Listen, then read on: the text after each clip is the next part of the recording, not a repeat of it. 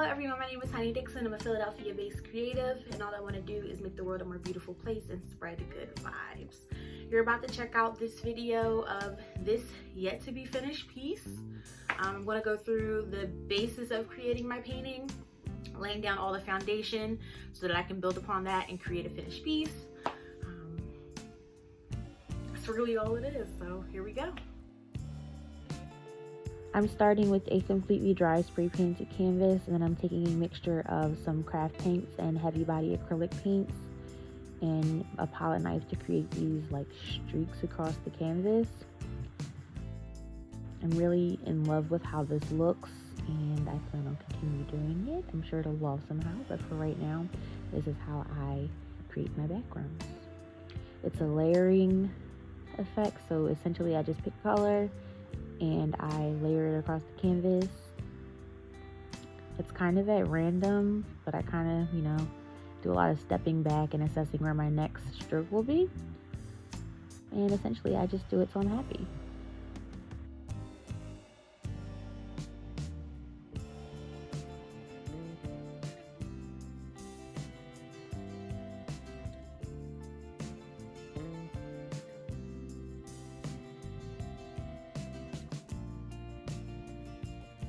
Now I am taking some slow dry medium and more of the heavy body acrylic paints and mixing those to create some sheer colors for some more layering effects.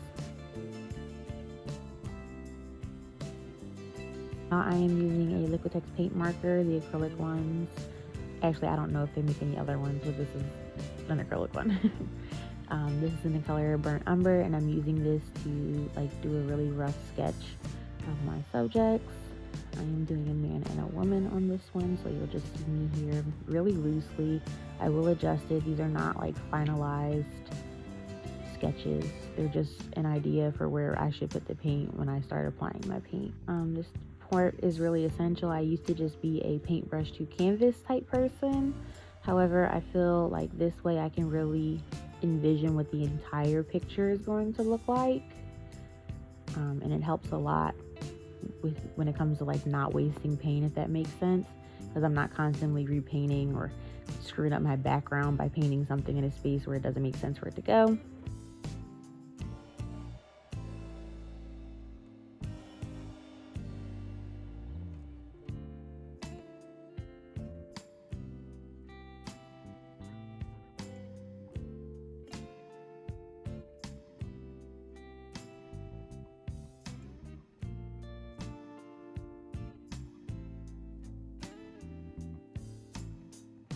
So now I'm going in with raw sienna and some more of that slow dry blending medium. I prefer this over the burnt umber method simply because I feel like with the burnt umber it gives me more of a reddish undertone for my paintings, and I want something that's a little more neutral. I also have tried this with neutral gray, but I feel like that makes my paintings look chalky, so I stick to my raw sienna.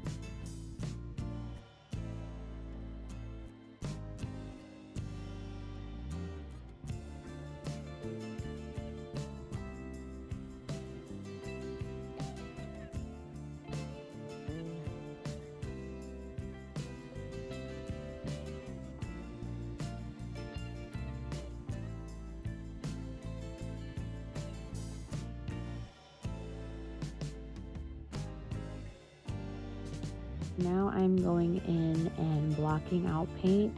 I'm still using heavy body acrylics, but you'll start seeing me mix some fluids in with these. I do plan on moving to completely fluids just because I feel like they're a more ready to paint option, and it won't affect the integrity of the color like having to water down or mix mediums into the heavy body acrylic paint. So that's something that I really want to get into. However, the majority of my stock of paints currently is all heavy body because that is or was my only experience until recently. So I'm just going in and blocking out the different shapes and shadows, light parts, all that good stuff. Right now, other than the sketching, this is this is the most important part of the painting for me. doing this allows me to see the entire picture before I finish painting. It allows me to adjust, light sources, because my, reference photos may not always have the same, lighting.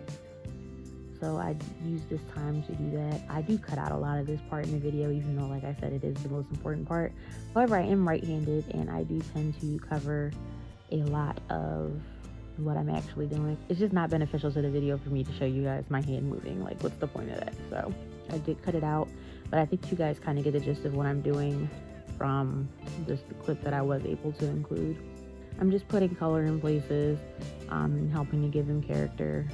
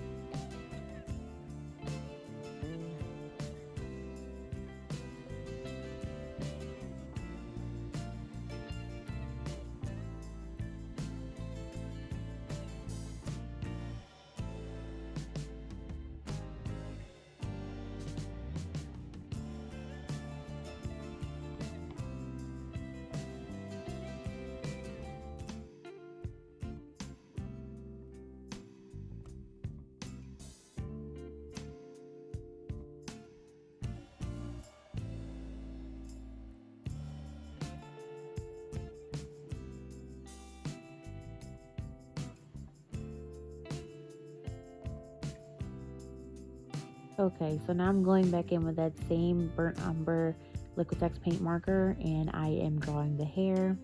It may be a little bit odd to you guys that I do the hair after I do the face. However, just like a living person, I feel like it's important to, see the features of the person that I'm painting and get an idea of how, I think that they would look with their hair or how they would wear their hair. I don't know, that may sound weird, but it's a thing.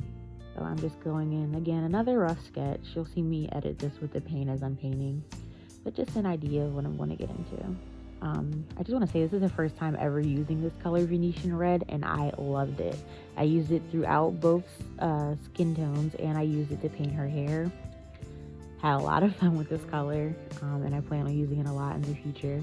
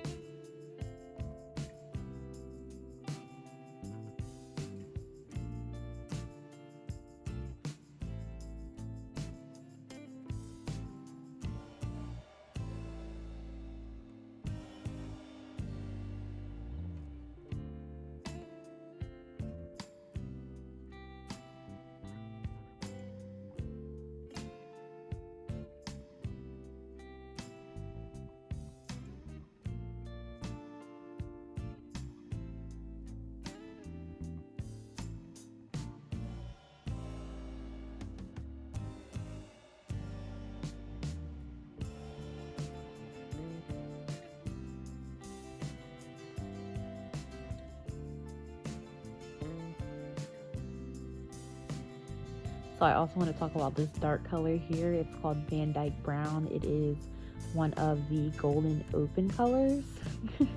Over the Christmas holiday, I popped into Blick. I just started going to Blick recently, and they were having a paint sale, and I decided to take advantage of it and purchase some higher quality paints.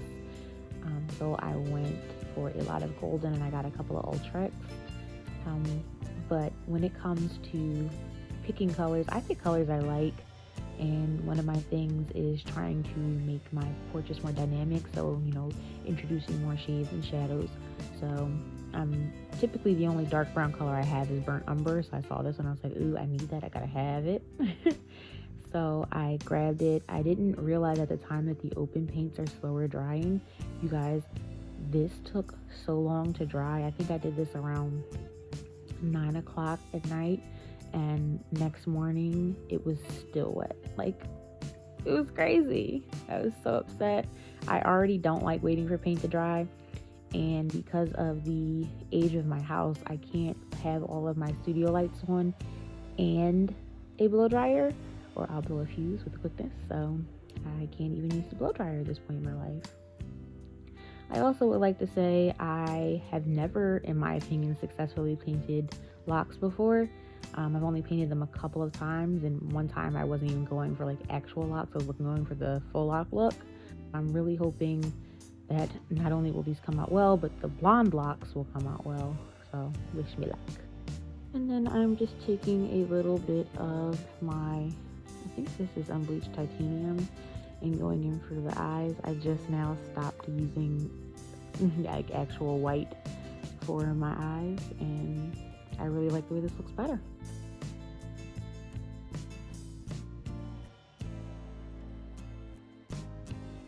Alright guys, if you like what you saw, be sure to give me a thumbs up. Give me some positive reinforcements down in the comments and criticisms. I'm here for all of it. You know, if you want to see more, subscribe, and I'll see you guys in the next video.